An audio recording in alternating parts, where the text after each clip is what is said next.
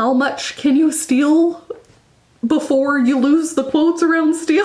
Hello, I want to talk about stealing art, stealing ideas, stealing a plot, and what exactly that means and what all that encompasses. For those of you who have been around author or writer spaces, you will of course heard of the kidney story, aka who is the bad art friend, as it was reported in the New York Times and all of the subsequent discourse that happened after that. I'm not really going to delve in that too much, but I am going to link some discussions that people had here on YouTube explaining it if you're like, what the fuck are you talking about? But a big part of that was that one woman had a real life story, a real life experience, and another woman wrote part of her story into an actual story that she got published.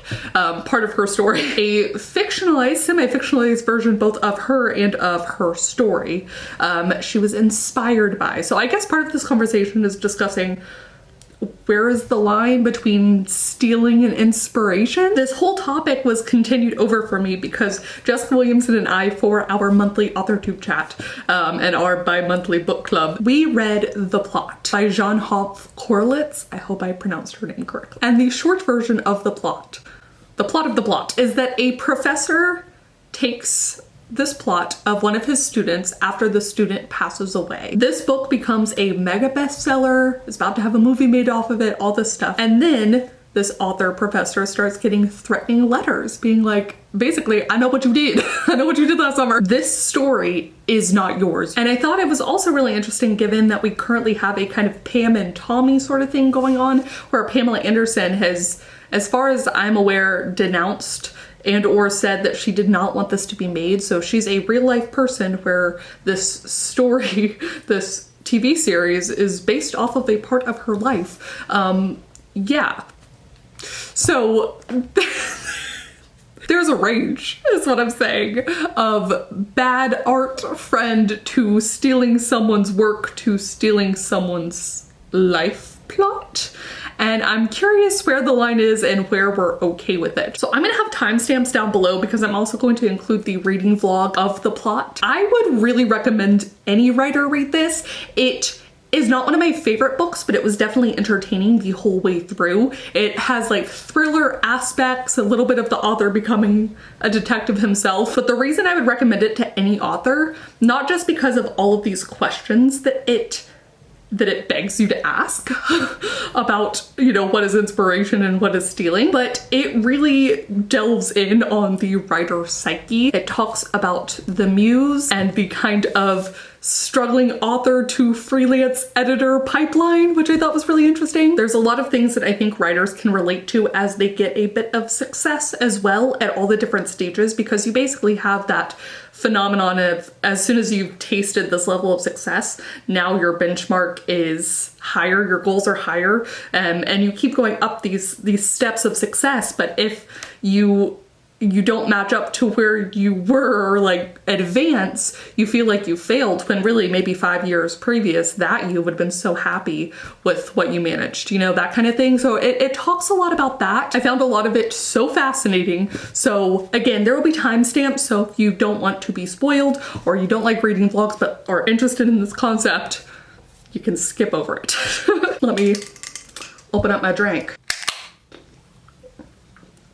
Cheers. Now, before we get into the reading vlog, of which there will be spoilers, I also want to say that I went ahead and posted some polls and questions on my Instagram stories that I would also like to involve here, because one of the things that I noticed in the general discourse that we had during the authortube chat, the live stream, was how close are you to the person that you're stealing something from, and how big is the portion that you're stealing? So some of the questions that I want to ask is, for instance, if you're in a coffee shop and you overhear someone's conversation at the table next to you, if they say a really funny line, are you okay putting that in on one end of things? And if they reveal a really juicy family secret and go into a lot of detail about that, are you also okay putting that in your book? This person's a stranger to you. In theory, you know, what is okay to take from someone's real life?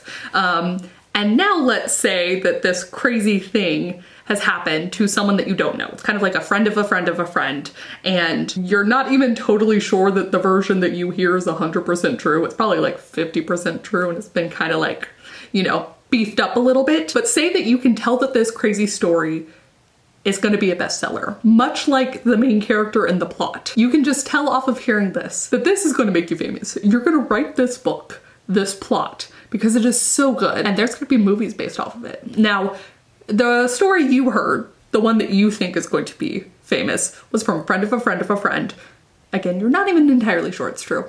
Is it okay to just take that and write it? Like, do you need to try and reach out and verify any details? But it doesn't matter because you're probably going to fictionalize parts of it anyways, right? You know, all of us will write different stories given the same prompt. Now, if it was a very detailed, like 10-page save the cat beat sheet, like that's how detailed a person gave it to you, maybe we'd write incredibly similar stories, but I think obviously there would still be some nuggets that would be unique to each of our tellings. You, the viewer, would write a different story than me, but maybe only in like minor details. If I just told you a beginning, middle, end, I think we would all write very different stories. So with that in mind, these are the things that we shall ponder over. But first, let me take you through the reading vlog and some of the, you know, writer mulling writer thoughts. Yeesh. I'm a writer and the best I could come up with was writer mullings. Don't mind me.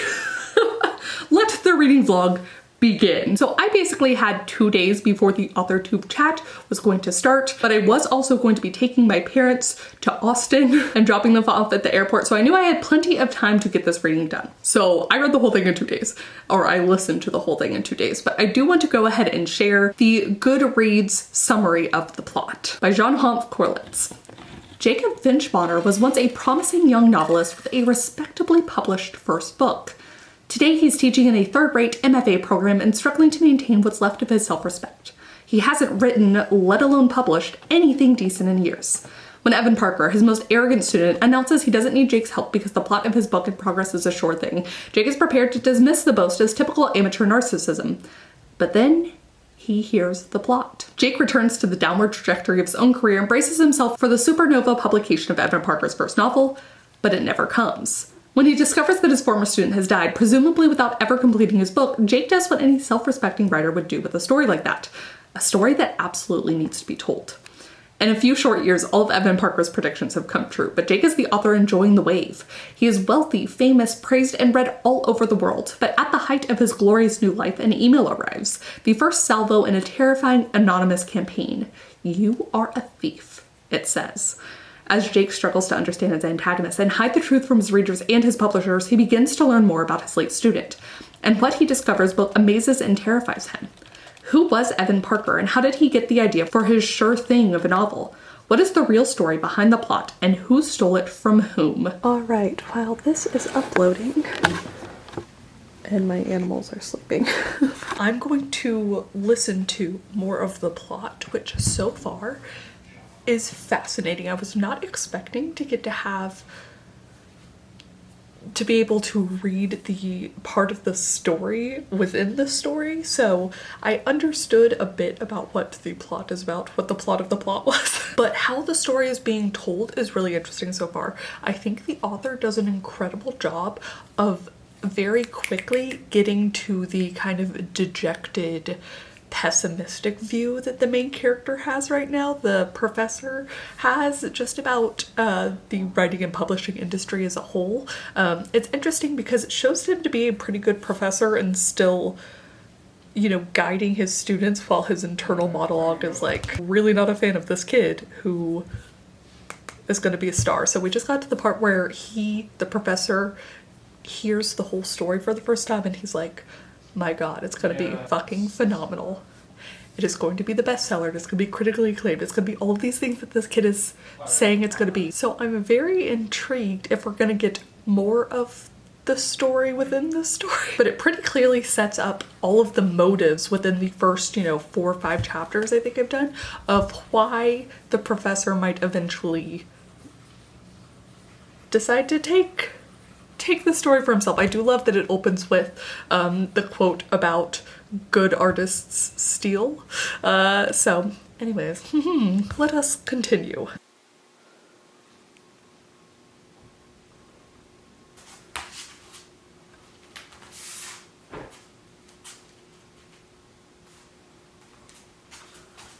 Oh damn, we had a time jump. Oh, okay, okay.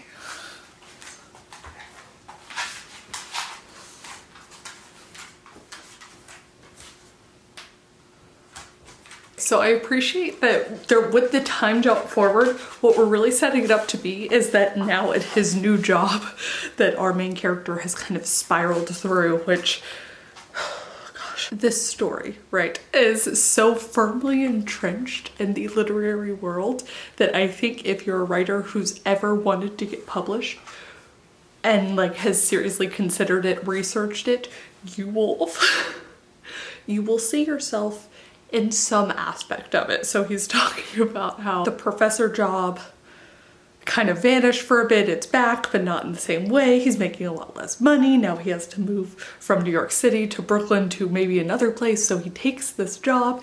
He's trying to do freelance editing, which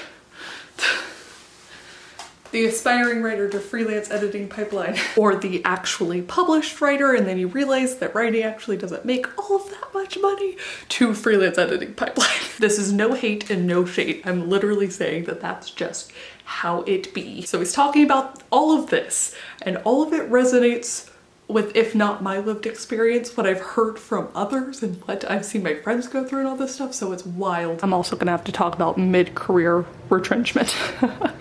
All right. Play on.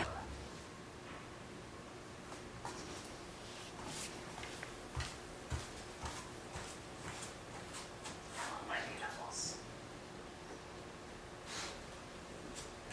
Yeah, you look cute. You know, the problem with knowing that there's a twist or some kind of mystery element here is that I'm guessing at every single thing, which I love because there's a validation in getting it right along the way, but also it's can be harder to just enjoy the ride, unless you count that as part of the enjoyment, which I usually do. But Jake, the professor, now the New York Times bestseller, has gotten basically everything he wants, but he has this huge secret that now he has to hide and or feel guilty about, that someone's going to discover his secret, even though he did not steal the pages. So he really just stole the idea and the concept, which again, he had fully like worked his way into being like, well, if you don't get the idea soon enough, if you don't write it down, then it goes to another writer, which reminded me very much of like Big Magic. Oh, get it. He's now at another interview, and the producer, he's kind of attracted to her, and what I thought was interesting was, again, because of the mystery element, she crosses her arms over her chest, which is a totally normal action, but either the author describes that more often. He used it to describe the original writer who passed away, the guy who reminded him of the writer back at the retreat, and then now the producer. And so I can't tell if that's purposeful or that's kind of just like his thing. He describes people crossing their arms over their chest. I only am picking up on it and trying to deduce something because the original writer was survived only by his sister. The rest of his family has passed. So I'm just like, Shall keep listening for a little bit longer, maybe puzzle a bit, and it will be back to editing today.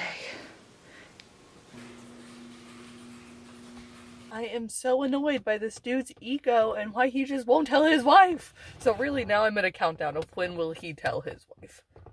When? Looks like out of the water. It does. Why is this dude so dumb? Like, he keeps going around giving his real name to people, asking about Evan Parker, Parker Evan. You don't think that would be suspicious? Like, eventually people are gonna put that up on social media. He's now introducing himself full on and saying he's the author of Crib to this lady. What the heck? Someone's gonna piece it together. I just don't get it. I don't get it. Is it the ego? Why? So dumb. Also, I do love, this is like the second time we've had, I'm Jake, said Jake. And I don't know why I think that's so funny, but I get a chuckle. All right, it had been a bit since I'd picked anything up from the post office box, so I'll have to go through that later. Also, my parents left me a bunch of food since they will be gone for like 3 weeks. I have gotten a lot of listening in today. Oh, where's my phone? My phone is recording. I've gotten a lot of listening in today. We're finally at the part where the main character is like, basically, so he thinks, pieced it all together. We know also the twist in the story finally. We've been hinting at the twist all along the story he wrote, which coincides with the actual twist of the book, or at least one of the twists. I think we're gonna have to have another twist here in like an hour and a half or so.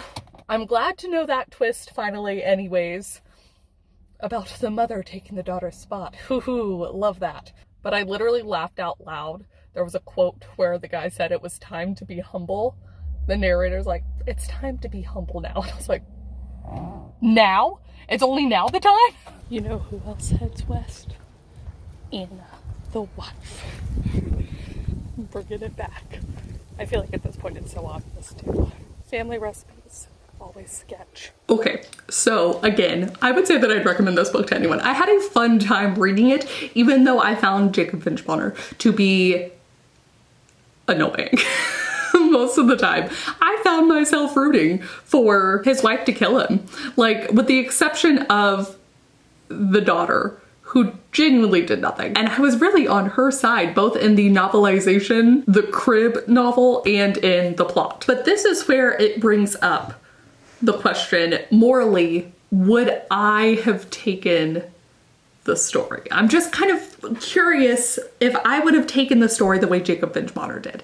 And I was really intrigued by that whole bit that he goes through, internalizing and just talking himself into stealing it, right? When he's talking about the fact that you owe ideas, that ideas are this kind of big magic-esque thing. Like, they're the muse, and if they are kind enough to shine their light on you, it is up to you to tell them and do them justice, right? So he talks himself into this, saying that the story is so good that people need it. People need this story.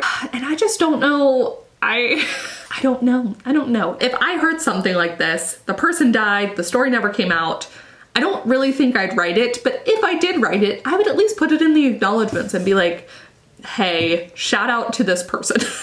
Like, they're the ones who told me this story, and I thought it needed to be written. I thought it needed to be shared. Like, that's all you have to say in the little acknowledgements. So this brings us to the question of not just stealing the plot of someone else's story, like a kind of writer on writer sin, but stealing someone's life for a story. And I think it's interesting because, of course, we have the entire historical fiction genre where we're, in some instances, stealing real people, but recognize that it's a fictionalized version, right? But also, they're usually long since dead. You don't have to worry about this kind of thing happening. Unless they rose from the grave, how cool would that be? That would be an interesting story. All of these people, oh, they can't die because they're still getting their stories written about. I'm sure this is done elsewhere, but they rise from the grave because they can't truly be settled because all these false versions of them are out there and you can't. Anyways, I'll workshop this or steal it. It's fine.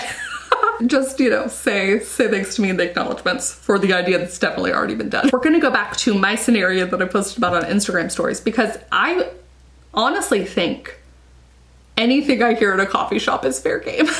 I obviously would do as much as I could to disguise the actual person, you know? But would I take that if I didn't know them, had no chance to run into them again, there was no identifying information about them as far as I knew? Like, yeah, I think I would. Because that's how I get a lot of inspiration when I'm in a coffee shop, is I'm just kind of sitting around and eavesdropping, and the amount of lines I've gotten that I thought were so clever because someone else said them and I was like, that would fit a character of mine, is ridiculous, frankly. And I know lines are different than someone's lived experience in life, but it just brings up a kind of interesting phenomenon of my separation from the person, making it okay in my heart to take this thing? So now you know my answers to that. I guess I'm pretty much, it's a free-for-all for me to take. I will take it. I would not feel bad about it. But I will leave the stats for what the people on Instagram stories said. For if they feel okay stealing a smart, funny line, if they're okay stealing a really interesting story about something crazy that happened to the person this morning, or if they're okay stealing some family dynamics and the particularly juicy family secret. I'd also like to point out here that 28% of people believe in what I sort of talked about earlier throughout the plot as this kind of big magic concept, because it was the first place that I heard it was in the book Big Magic, where Elizabeth Gilbert is talking about how a friend of hers had a very similar idea for a plot as she did. And I'm probably misremembering this, but it was something about like the friend didn't get a chance to write it, and so it went to Elizabeth Gilbert, and then she might not have had a chance to write it either, so it went to someone else and she saw that person published. And it was a remarkably similar plot. It was, according to Elizabeth Gilbert, it was insane for this plot to be so similar, so many things aligned, that she thinks it was just the Muse. The Muse needed that story to be told and tried to channel it through different writers, and they weren't living up to it until this one person did. So I don't personally think I believe that, but I do believe that, you know, we're all living in this world, we're all consuming potentially similar media at the same time, and so I don't think, you know, not no thoughts are original, but given all of this surplus of stuff that we're all consuming, I don't think it's strange for a lot of people to have very similar ideas at the same time. One of the things that Jess and I talked about was how in Hollywood, in the movie or TV show world, you know, Jess had learned from Becca that different studios will basically try to like undermine one another if they hear that they have a similar concept, because there's always a similar concept. And every year there's at least 2 movies that are like basically the exact same plot, or at least a remarkably similar premise, because I guess we should get into plot versus premise. So I just think that's interesting as well, how much of it is ever stealing versus all of these influences coming at you at the same time, and you'll just write the same thing. Now, one of the reasons I think I'm okay with stealing something I heard in a coffee shop is because I'm relying on there being a degree of anonymity. If they were okay sharing it loudly enough in a coffee shop, then it can't be that big of a deal in theory, right? Or in my theory. And if I'm making up this entirely different character because I don't know that person at all, I'm making up incredibly different things and scenarios for the actual book, not just their backstory and the things that potentially happened to their family,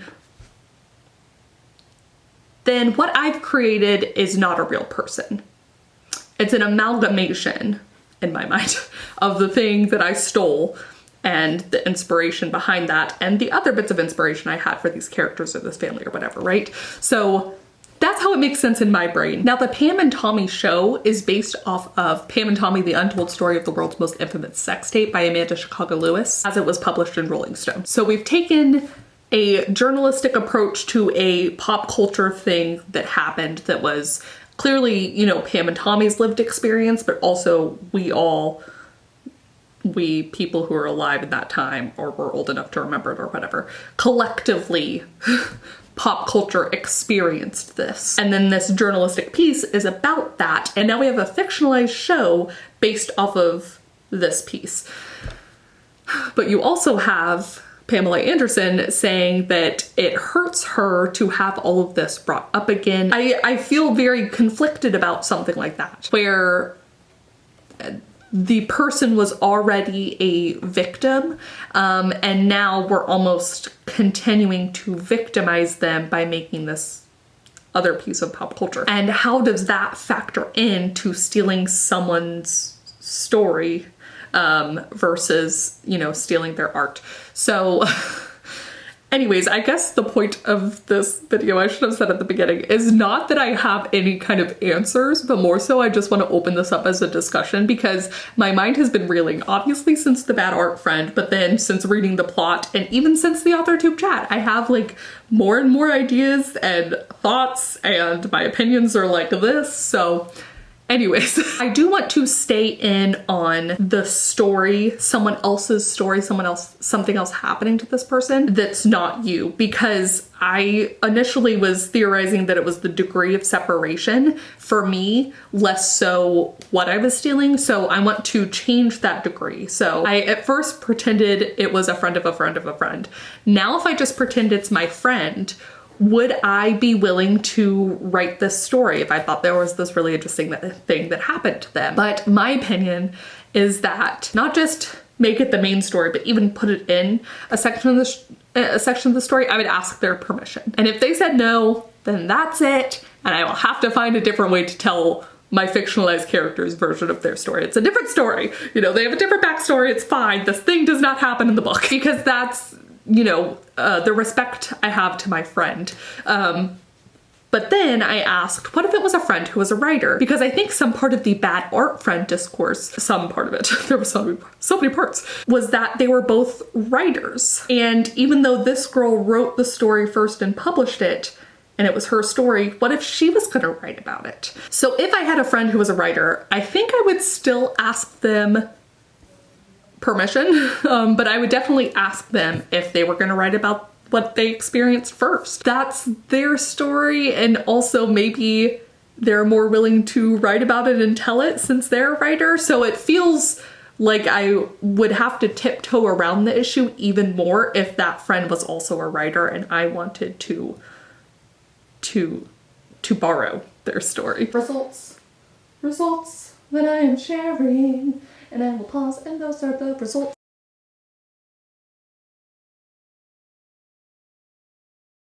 Now I want to take the personal story, a real thing happening out of it. Because one of the discussion points in the AuthorTube chat was what I would do if I told a friend the plot of my story and then they wrote a remarkably similar story. And now we're getting into how much could someone steal from me before I'd really start side-eyeing them, or how much could you steal before I begin to think of it as plagiarism and in fact begin to think of it as stealing? How much of a plot? So kind of like what we talked about earlier, you know, there are so many premises out there, and even in the book, The Plot, they talk about how all of these writing advice books basically tell you there's only so many plots. You know, you can choose most any writing advice book will tell you that there's like this many things to choose from, 10 genres to fit any story. So Save the Cat is saying that there's 10 genre themes kind of thing, basically to say it's been done. So if it's been done, but I tell a writer friend about something, how much would I have to then see in their work for me to be like, excuse me, what the fuck? So I'm gonna use the example of the Meridian Maps, which is a story that I've been working on for a while that I've talked about a lot on AuthorTube. We could also get into the social media aspect of things too. If my friend came to me and was like, hey, I was inspired to write pirates because you're writing pirates and talk about them so much, I'd be like, fucking cool, let's write about pirates together. Let's make our pirates show up in each other's books. That would be awesome. Great.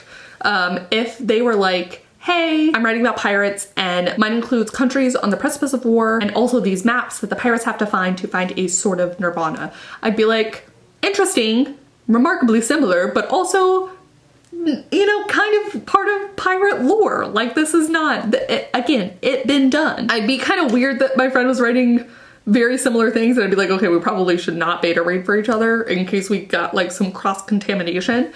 If my friend was then like, and also, the main character sacrificed herself and her standing within her country to make sure that her friend was safe. She then joins the pirates and has her own history with the maps. But at the very end of the book has to decide between this newfound family that she's loved with the pirates and her friend that she thought she'd already rescued. I'd be like, okay, it's full side eye at this point. Like, why would you do this, right? Like, you're not technically stealing anything that I haven't shared, but also why would my friend write a remarkably similar story to me? You know, we've started to nail in some kind of plot points that are happening. So why are you, after I've told you about it, using the exact same plot points? I think that's really when I'd be like, well, I'm telling you nothing anymore. Like, we're still gonna be friends right now, but I'm not telling you anything. If that friend did not tell me that they had borrowed, that they were inspired by these things to this degree, and then published their story before before I did, I would be like, what the actual fuck? Like, and you didn't tell me? And you didn't tell me? That was the thing with the bad art friend that I just could not get over. So many chances to tell her. Anyways, it's so remarkably similar to the plot that it kills me, where it's like, you had so many chances to just let people know, just and when I'm saying confess, it's like not even a big deal confession. To be like, you know what? I was inspired by you donating your kidney. I was inspired by this plot that my student told, and he died, and I changed a lot of it, but this is it. You know, like, it would not have been that hard, and it's the ego of the people, I find. Not talking about what the other people did wrong, because of course, all the best stories, the other side has also done things wrong. But anyways, it's fine. Where am I with this? Frankly, I don't know. I almost want to like graph it out and be like, this is how I feel today. Because I think I might feel differently in a month or something, you know? That is one of the quote unquote fears with talking about your story on authortube, because you want to share these things that you're so excited about, and it can oftentimes be hard to talk about your story without talking about the plot points, because of course the heart of the story is not necessarily the plot, but the plot is a reflection of the heart. It is the growth of the main character, and it's all these things. So it can be hard to vlog, it can be hard to get people invested in your stories if you don't share specific things, but also you don't want to share specific things and then find out that someone else has been inspired and written maybe that exact same thing, and now you're screwed. I think I remember Alexa Dunn talking about having a really good idea, a really good premise, and not wanting to share that premise anywhere online, because it's not like the premise wasn't something someone else could do or someone else could figure out, but you want to be there first. And so if you have that idea, you want to get there first. And anyways, it's just kind of an interesting thing being a writer in this day and age. Cheers to y'all. Thank you for listening to my ramblings. I am infinitely curious about where you sit, not just for my Instagram story questions, but on all of this. If you read the plot, what are your feelings? If you have watched Pam and Tommy, or if you have thoughts about Pam and Tommy, if you have thoughts about where along the line certain things should stop, how much can you steal before you lose the quotes around steal? Let me know. Thank you guys so much for chatting with me. I had an amazing time, and I will see you all very soon with a new video. Bye.